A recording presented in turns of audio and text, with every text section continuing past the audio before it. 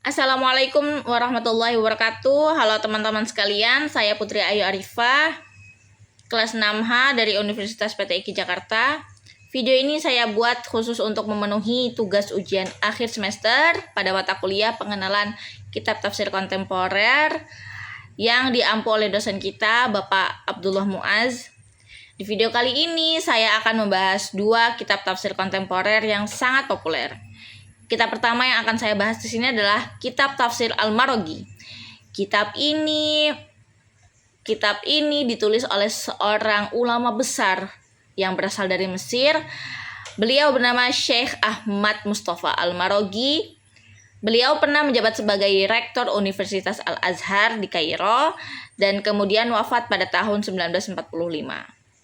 Dalam menyusun tafsirnya, beliau ini Syekh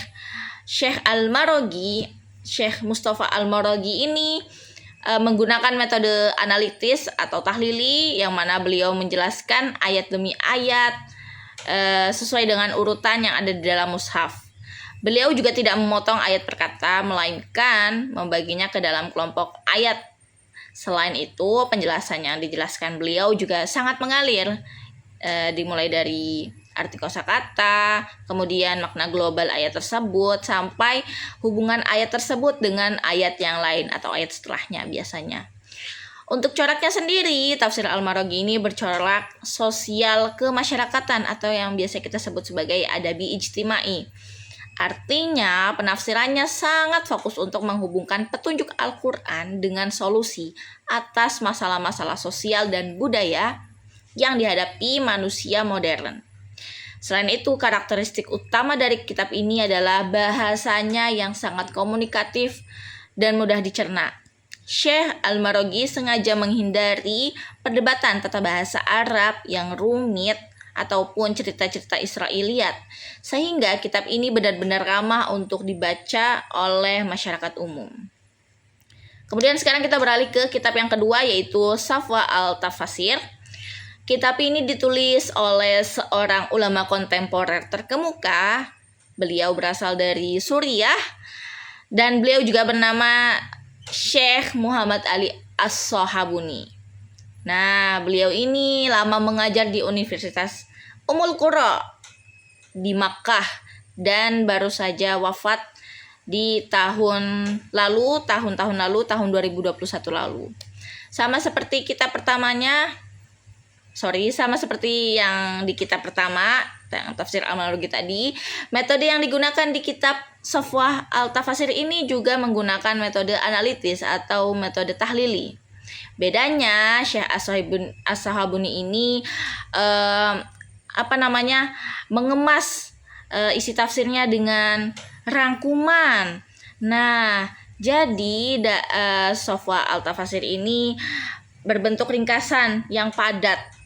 Safwa al-Tafasir ini adalah intisari atau rangkuman dari kitab-kitab tafsir terdahulu seperti kitab tafsir Ibnu Katsir, At-Tabari, kemudian Al-Qurtubi dan Az-Zamakhsyari.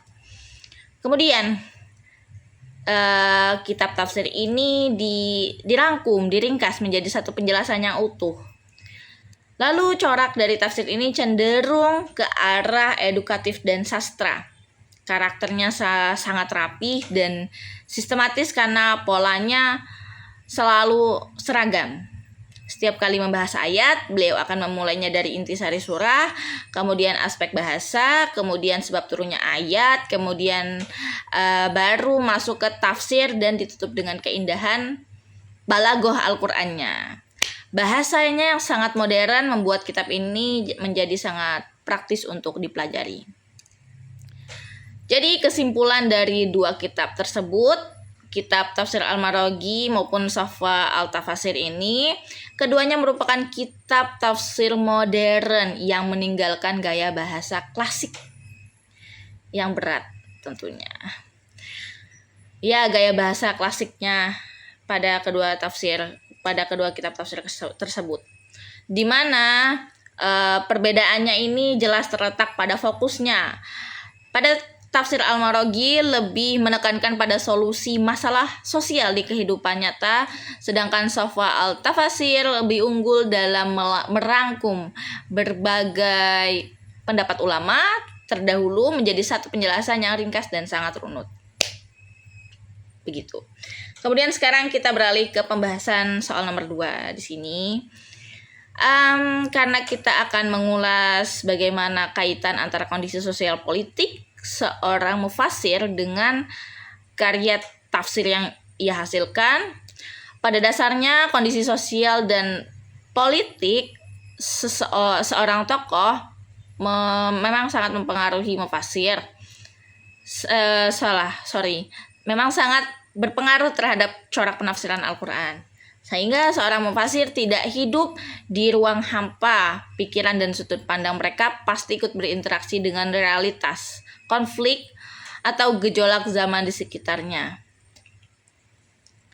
Jadi hal ini bisa kita lihat dengan sangat jelas pada kondisi sosial politik di Mesir saat Said Qutb menyusun tafsir monumental beliau, yaitu kitab tafsir Fi Zilal Al-Quran.